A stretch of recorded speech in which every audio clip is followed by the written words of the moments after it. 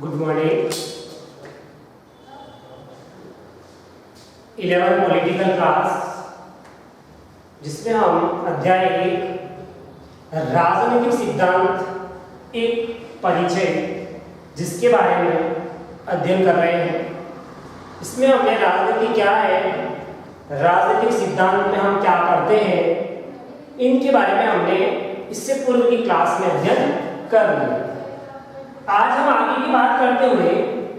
राजनीतिक सिद्धांतों का अध्ययन कर रहे हैं। राजनीति क्या है, इस बातों को जानने के बाद इन राजनीतिक सिद्धांतों को व्यवहार में कैसे उतारें, अर्थात लोगों के व्यवहार में राजनीतिक सिद्धांतों का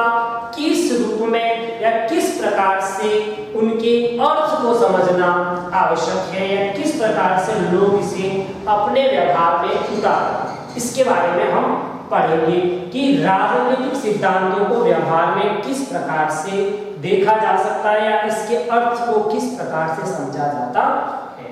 तो यहाँ पर कुछ बातें जो राजनीतिक सिद्धांतों को व्यवहार को लेकर या राजनीतिक सिद्धांत के व्यवहार को लेकर जो बात है, वो हम देख सकते हैं कि राजनीतिक सिद्धांतकारों ने लोगों को या राजनीतिक सिद्धांत को व्यवहार में उतारने के लिए सबसे प्रमुख बात क्या रखी कि इन राजनीतिक सिद्धांतकारों ने आम भाषा में इसे समझाने के लिए, आम भाषा यानी जो यहाँ पर लोगों की जो भाषा होती है, उस भाषा में समझाने के लिए राजनीतिक सिद्धांतकारों ने अपना प्रयास किया, या राजनीतिक सिद्धांतकारों ने इस रूप में इसे लिखा या अपनाया, जिसमें हम देखते हैं कि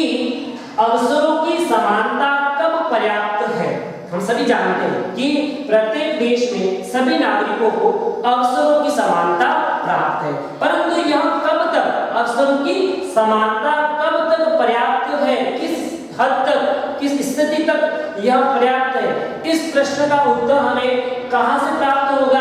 राजनीतिक सिद्धांतों से प्राप्त होगा। आगे हम देखें कि लोगों को जो विशेष अवसरों की आवश्यकता होती है, समानता सबके पास है, परंतु हम भी देखते हैं कि विशेष अवसर, अर्थात जिसे हम आरक्षण भी कह सकते हैं, कि यह जो विशेष अवसर है वो इनकी आवश्यकता उन्हें कब होती है, या किन किन को विशेष अवसरों की आवश्यकता होती है और क्या उन्हें देने चाहिए, क्या यह विशेष अवसर उन्हें प्राप्त होने चाहिए। तो इस संबंध में जो प्रश्न है हमारे सामने, वहां भी हमें राजनीतिक सिद्धांत के माध्यम से या राजनीतिक सिद्धांत को व्यवहार में उतारने के अर्थ को स्पष्ट करवाते हैं। अगला हम इसी के संबंध में अगला क्वेश्चन करें कि क्या विशेष अवसर जो हमें दिए गए हैं, नागरिकों को जो विशेष अवसर प्राप्त होते हैं, वो कब देने चाहिए और किस सीमा तक देने चाहिए, या कहां तक देने चाहिए, या कहां तक दिए जाए। इस संबंध में भी राजनीतिक सिद्धांतकारों ने, जो राजनीतिक सिद्धांतकारों ने अपनी बातें रखी, अपने जो विचार रखे, यहाँ भी हमें तो इस प्रकार के प्रश्नों के उत्तर या इस प्रकार के प्रश्नों को समझने के लिए हम राजनीतिक सिद्धांतों को अपने व्यवहार के रूप में या व्यवहार के अंतर्गत अपना सकते हैं, या व्यवहार के अंतर्गत इसे देख सकते हैं, किस प्रकार से नागरिकों को क्या क्या चीजें दी है। अब इसे मैं और आपको सरल उदाहरण में समझा दूं इन बातों को, जैसे विशेष अवसर हो या अवसरों की समानता हो या कब और कहां देनी चाहिए, तो उसे मैं आपको एक सरल स्पष्ट उदाहरण में आपके प्रत्यक्ष जहां आपने देखा उसे समझा। यहाँ मैं उदाहरण के लिए बात करूंगा कि आपने देखा होगा कि सभी राजकीय विद्यालयों में गरीब बच्चों को दोपहर का भोजन, जिसे अपन बोलते हैं मिड डे मील, अब यह दिया जाता है। अब इसका उद्देश्य तो क्या है कि लोगों को शिक्षा की ओर प्रोत्साहित करना, परंतु साथ ही साथ हम देखते हैं कि ऐसे गरीब बच्चे जो अपने शारीरिक कुपोषण के कारण या किसी भी प्रकार से शिक्षा से वंचित रहते हैं, तो उन्हें कहीं ना कहीं ये मिड डे मील क्या करता है, शिक्षा की ओर प्रोत्साहित करता है। परंतु वो कब तक, कहां तक, ऐसे अवसर उन्हें कब तक और कहां तक दिए जाए, ये सारी बातें भी सिद्धांतकारों द्वारा क्या की गई है, निश्चित की गई है। तो इस प्रकार की बातें हमें उदाहरण, दूसरा मैं उदाहरण इसलिए दूंगा कि आपने देखा होगा रोजगार या शिक्षा के अवसरों में भी आपने देखा होगा कुछ विशेष अवसर भी रखे, या उस अवसरों की समानता के लिए कुछ बातें हम संविधान के अंदर या देश के अंदर शासन के अंतर्गत देखते हैं कि उन्हें भी दिया जाता है, परंतु वो भी कब तक और कहां तक दिए जाए इसके बारे में भी एक निश्चित सीमा का निर्धारण किया गया है। आगे हम देखें कि हमारे लोगों की आजीविका के प्रसंग को लेकर, जिसमें व्यक्तियों की अपनी जो आजीविका अपना जीवन जीने के लिए जो मूलभूत आवश्यकताएं होती है, उन्हीं के साथ साथ उन्हें किस प्रकार से अपनी आजीविका चलाने के लिए जो निम्न वर्ग के या जो गरीब तबके के लोग हैं उनके लिए भी अवसरों की समानता जैसे प्रसंग हम देखते हैं, और उनको समानता या अवसर विशेष अवसर दिए जाते हैं ताकि वह अपनी आजीविका को आगे अच्छी तरह से या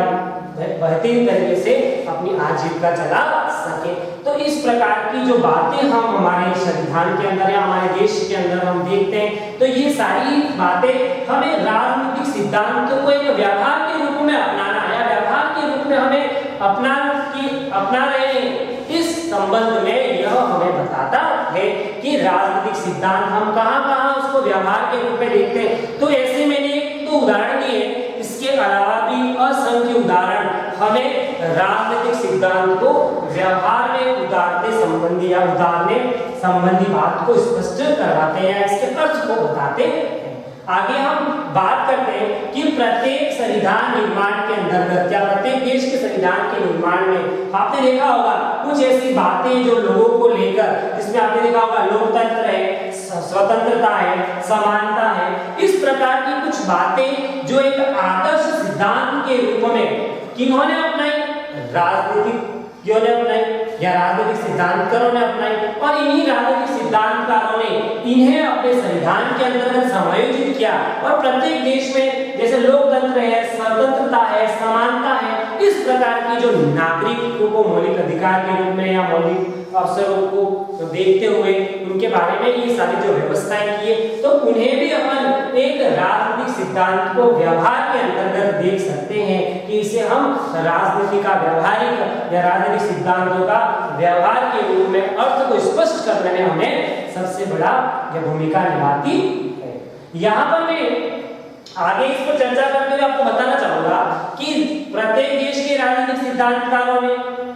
अपने जो आधार रखे संविधान निर्माण की, चाहे वो भारत हो चाहे अन्य देश हो, जैसे कुछ संविधान निर्माण के आधार जो रखे संविधान निर्माणकर्ताओं ने, उन्होंने उस सारी बातें कहां से सीखी, तो कहीं न कहीं राजनीतिक सिद्धांतों से ली। अब जैसे राजनीतिक सिद्धांतों के आधार में अपन देखें तो कौटिल्य है, रूसो है, अरस्तु है, कार्ल मार्क्स है,